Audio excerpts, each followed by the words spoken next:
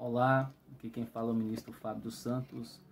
Hoje vou falar sobre George Whitefield, grande homem de Deus, nascido na Inglaterra, 1714, e terminou sua carreira terrestre em 1770.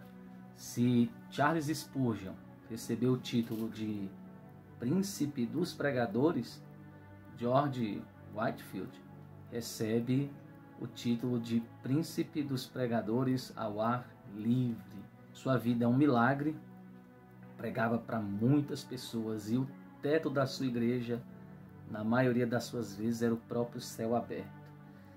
Ele teve muitos problemas com a saúde, seu nascimento mesmo foi um milagre. Ele nasceu em um bar ou taberna, chamado na época, onde havia distribuição de bebidas alcoólicas. Com 3 anos, seu pai faleceu e sua mãe casou-se novamente. Ele continua trabalhando, continua estudando. Ele sempre era organizado, limpava seu quarto, sempre foi responsável, até que na fase necessária da sua adolescência ele vai para Oxford. E aqui entra um cenário muito interessante. Por quê?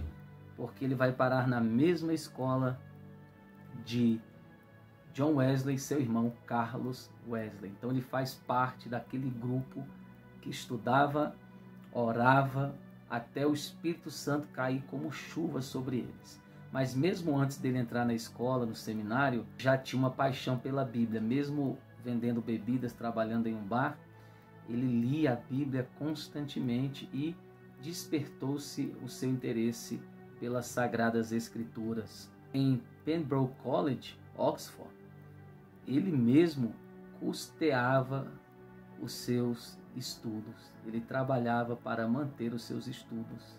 Tanto que ele mesmo escreve a respeito da sua experiência de salvação, dizendo: todas as vezes que vou a Oxford, sinto-me impelido a ir primeiro a este lugar onde Jesus se revelou a mim pela primeira vez e me deu um novo nascimento. Ele tinha uma saúde muito abalada pelo excesso de estudo, mas tinha uma vida de muita atividade social e benfeitoria, visitando pobres, encarcerados, órfãos, pregando a palavra do Senhor.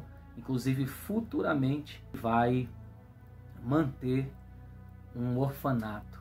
A sua dedicação foi tão grande que, na intenção de preparar muitos sermões para alcançar o reconhecimento, a ordenação ministerial, a história diz que nem foi preciso. E isso, o ministério era costume ser dado a faixa mínima de 23 anos. Aos 21, ele já recebe a ordenação e separação para o ministério. No dia da sua ordenação, ele mesmo diz que passou o dia todo em jejum. Ele tinha um lema para o seu ministério. Ele subia nos púlpitos para pregar como se fosse o seu último dia de vida ou a sua última pregação. Ele sempre pregava chorando e muitas vezes era censurado por isso, mas era algo que ele não podia evitar. As lágrimas caíam sobre ele dos seus olhos toda vez que ele começava a pregar um sermão, de tamanha comunhão e intimidade com Deus que ele tinha.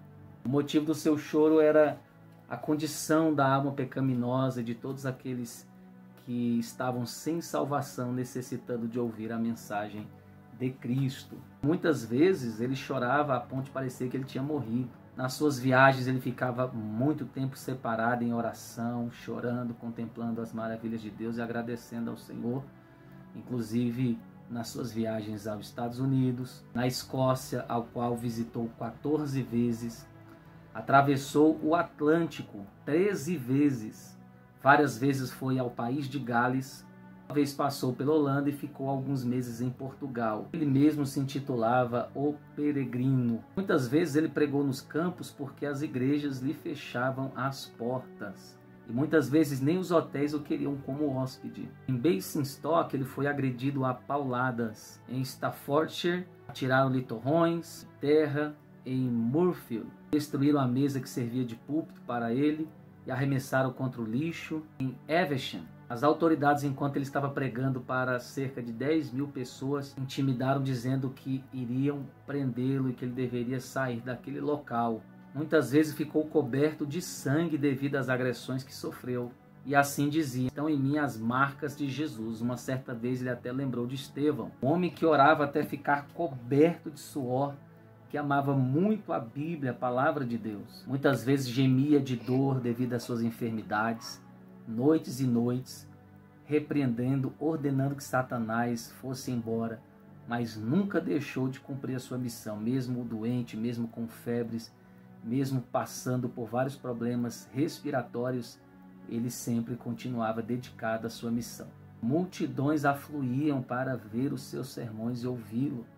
Uma certa vez, em suas idas aos Estados Unidos, o próprio Benjamin Franklin escreveu uma nota no jornal da época. Quinta-feira, o reverendo Whitefield partiu de nossa cidade, acompanhado de 150 pessoas a cavalo, com destino a Chester, onde pregou a 7.000 ouvintes.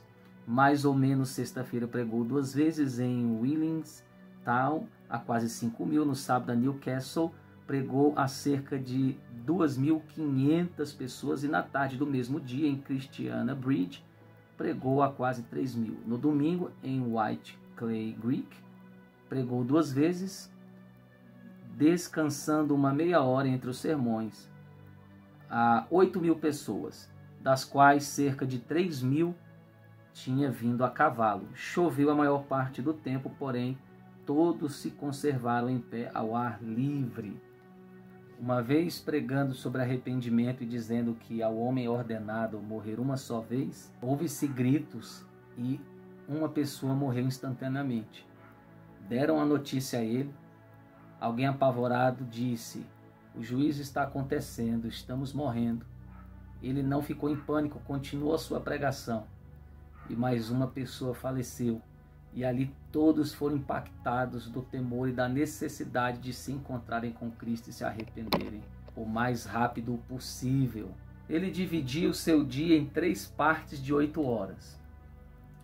8 horas ele ficava a sós com Deus em oração e leitura da Bíblia, 8 horas para dormir e refeições e 8 horas para sua obra entre o povo. E assim ele vai entregar sua vida aos 65 anos de idade. Na sua 7ª viagem à América do Norte, termina sua carreira. Diante de falecer, teve que se esforçar muito para continuar de pé, e diante de um prédio cheio de pessoas para ouvi-lo, ele prega um sermão de 2 horas. As pessoas, muitas delas, disseram que o seu rosto brilhava como o sol. Depois de pregar o sermão, certo homem falou com ele e queria muito ouvir o testemunho de suas últimas palavras antes da morte. Mas ele replicou dizendo que aquele homem ficaria frustrado, que ele não ia falar nada, porque todas as palavras da vida ele falou enquanto podia.